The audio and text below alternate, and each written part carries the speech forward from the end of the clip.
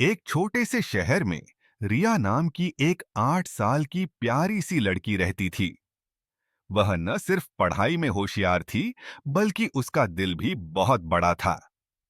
रिया का सबसे अच्छा दोस्त कोई इंसान नहीं, बल्कि उसकी प्यारी बिल्ली मिट्टी थी।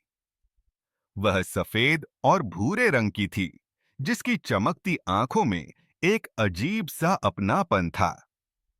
रिया हर सुबह स्कूल जाने से पहले मिट्टी को खाना खिलाती, उसके साथ खेलती और अपनी छोटी बड़ी बातें उससे साझा करती।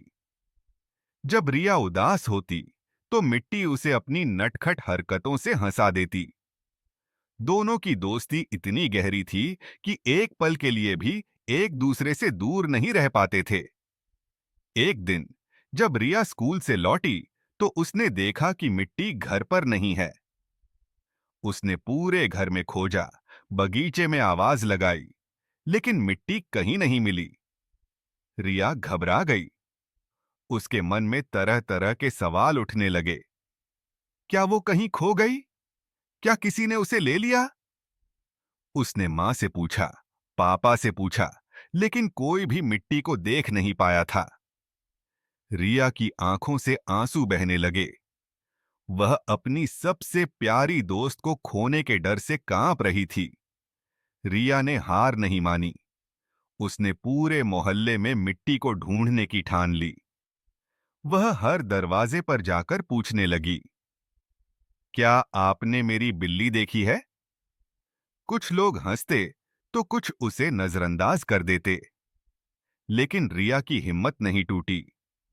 एक बूढ़ी अम्मा, जो पास के मंदिर में फूल बेचती थीं, उन्होंने रिया से कहा, बेटा, अगर तुम किसी की मदद करोगी, तो तुम्हारी नेकी लौटकर जरूर आएगी।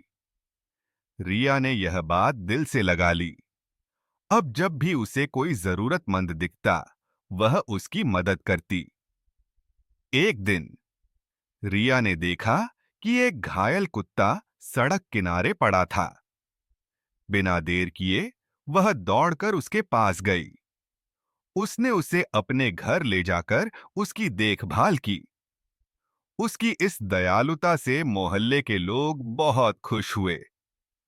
कुछ दिनों बाद वही बूढ़ी अम्मा एक खबर लेकर आईं। बेटा, मैंने तुम्हारी बिल्ली जैसी ही एक बिल्ली पिछली गली में देखी है। रिया की आंखों में चमक आ गई। वह बिना समय गंवाए उस गली में दौड़ पड़ी। वहां एक पेड़ के नीचे सहमी सहमी सी मिट्टी बैठी थी।